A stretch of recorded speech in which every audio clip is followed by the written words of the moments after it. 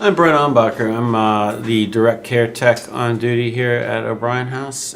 We maintain a 24-hour presence on campus, and I'm here for the overnight shift from midnight to 8. It's about 5:52, so we need to get stuff started and start getting these guys up for their day. You know, I don't see them as a lump of clients. They're individuals, and some of them are challenging, and some of them are fun, and all of them are rewarding. Morning, gentlemen. 6 o'clock. Time to be up, please. I get the opportunity one-on-one with guys at like 3 o'clock in the morning when they're having a rough night. They can come down and talk to me, and we're not interrupted. So that's the payoff for me, is being able to, you know, I'm in recovery myself, so I get to give back what was given to me when I was brand new in the program and I was just getting sober.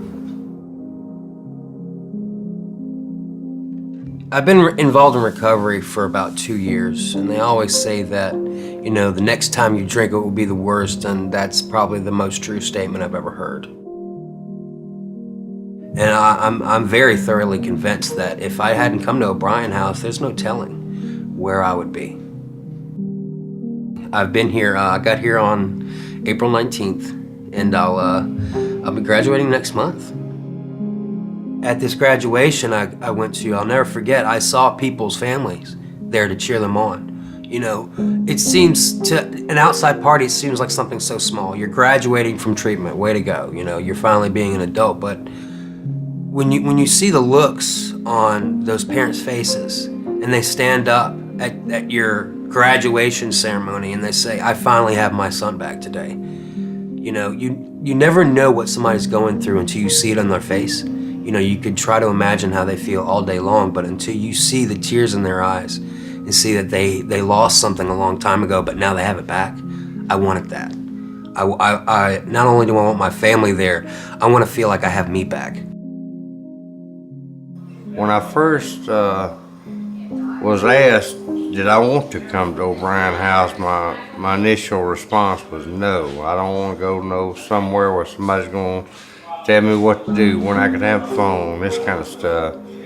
And the more I realized I needed help, the easier it was to come here. It didn't make my initial start any better, but I was scared. I was nervous about sleeping in the same room with somebody. Then as I gradually went through the daily program here and became accustomed to being around people that were trying to help me instead of rob me. And, you know, staying here at the O'Brien House, the first thing that I liked when I came in is we had a dry, safe place. The beds are comfortable. I mean, they're nice. I mean, if you're used to living day to day out on the streets, anything like that, it's like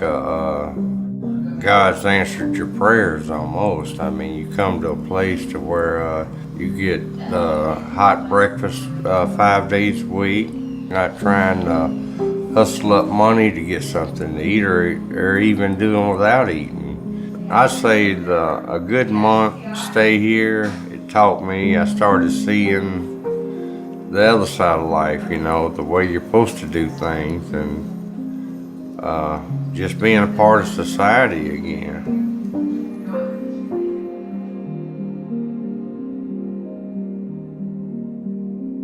My name is Todd Hamilton. I'm Executive Director of O'Brien House. O'Brien House clients are everybody. If you were to look at a profile of the typical client, you would be looking at the profile of our community. But our clients have been tugboat captains, they've been physicians, journalists, engineers, all kinds of other professions, as well as lots of laborers and teachers, nurses. It really covers the whole gamut of our community.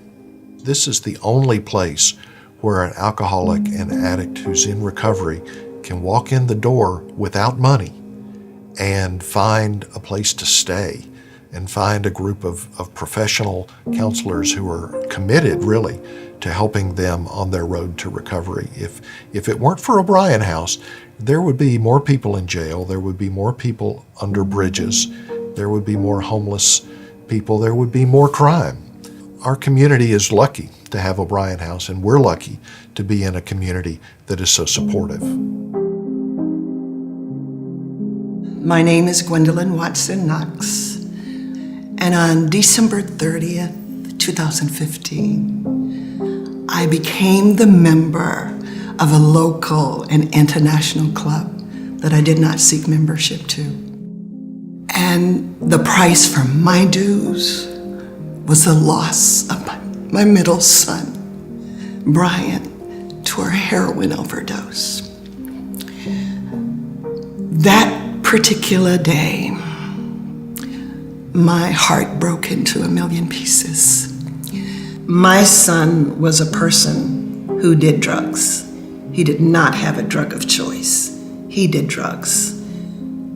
And as long as they were there, he did them.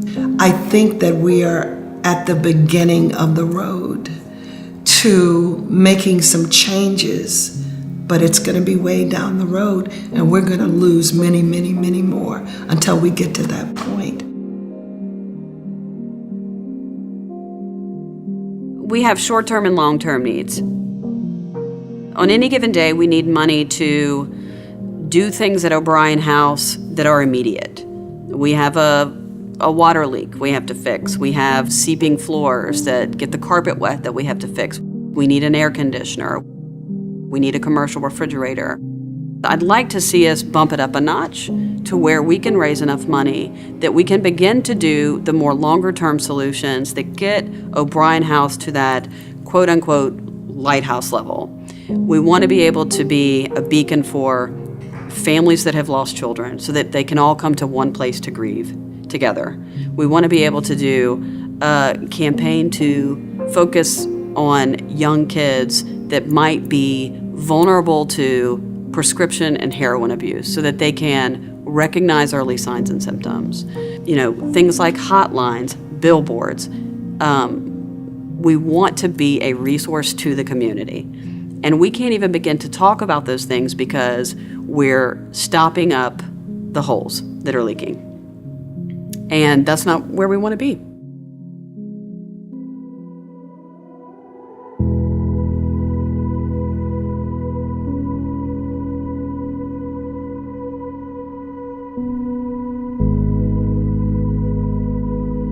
This is our monthly O'Brien House graduation. It's my favorite day of the month, and I'm glad you are all here.